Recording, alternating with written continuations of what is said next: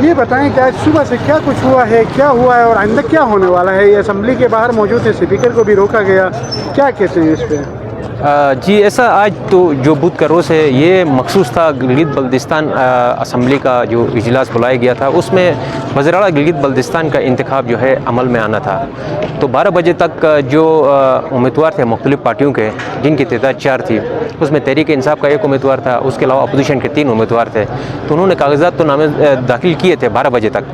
उसके 12:15 बजे और 12:30 बजे के बीच पुलिस की एक बारी तादाद यहाँ असम्बली के बिल्डिंग के अंदर दाखिल हो गई और उन्होंने एकदम से तमाम साफियों को और मुलाजमीन को वहाँ से बेदखल करके मेन गेट से बाहर कर दिया। उसके बाद असम्बली जो हाल है, जो पहले खुला था मेंबरान असम्बली के लिए, साफियों के लिए, उसके एकदम ताले लगाए गए और अभी तक जो है, अभी 3 बजे उनका चुनाव अमल में आना था, अभी तक किसी को अंदर जाने की इजाज़त नहीं दी गई। इस इवन की जो अरकान असम्बली हमने देखा यहाँ पे जो वो आए असम्बली में दाखिल होने के लिए, उनको भी रोक दिया गया। एक खातून के साथ बड़ी बदसलूकी की गई रुकन असम्बली के साथ।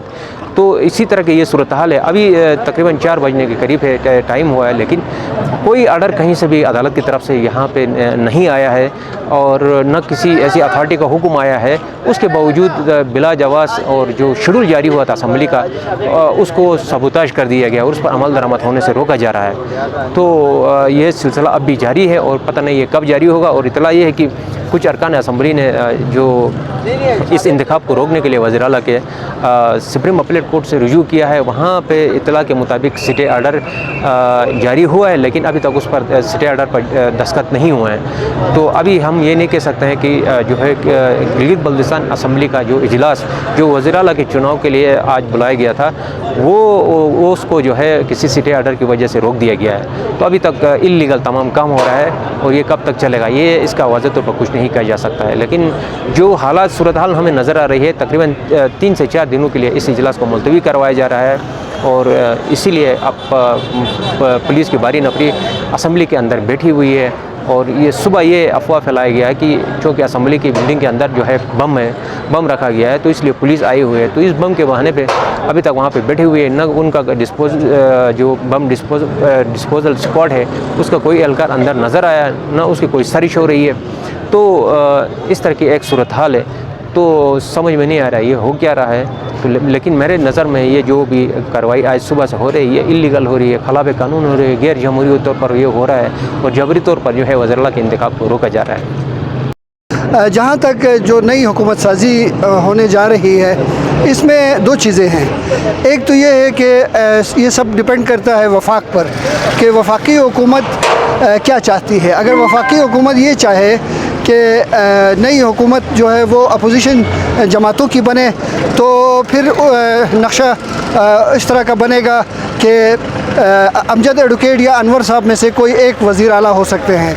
अगर किसी ऐसी शख्सियत को कायदे ऐवान चुना जाए जो अपोजिशन दोस्त हो, तो ऐसी सूरत में हाजी गुलबर साहब एक ऐसी शख्सियत हैं जिनके पास अच्छा खासा वोट भी है अपना, और अपोजिशन की मदद से वो हुकूमत बनाने की पोजीशन में भी आ सकते हैं। तो ये सारा डिपेंड करता है वफाक पर कि वफाकी हुकूमत क्या चाहती है। अब तक वफाकी हुकूमत की कोई ख्वाहिश सामने नहीं आई है।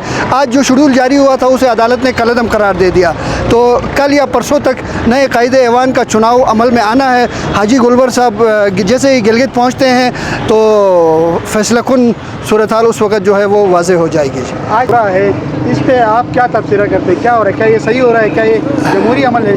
देखिए जी, आज तक 22-23 सालों से हम पार्लिमानी रिपोर्टिंग करते हैं। इस तरह की पुलिस नफरी हमने पहले कभी असम्बली के अहाते में नहीं देखी।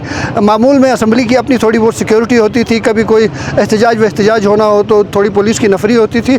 लेकिन आज जो हमने मंजर देखा DIG की क़यादत में अफसरान और जवानों की एक बहुत बड़ी तादाद जो है वो सुबह असम्बली बिल्डिंग में दाखिल हुई और अभी तक असम्बली के अहाते में मौजूद हैं। स्पीकर को दाखिल होने नहीं दिया गया, सेक्रेटरी को दाखिल होने नहीं दिया गया, कई और ऐसी अहम शख्सियात यहाँ आए उन्हें अंदर दाखिल होने नहीं दिया गया, और ना ही कोई गिरफ्तारी अमल में आ रही है। जिनके नाम लिए जा रहे थे वो इधर बाहर आए, मीडिया टॉक की, होटल में चाय पिया, वापस चले गए। तो कुछ समझ नहीं आ रहा है कि ये लोग कर क्या रहे हैं जी।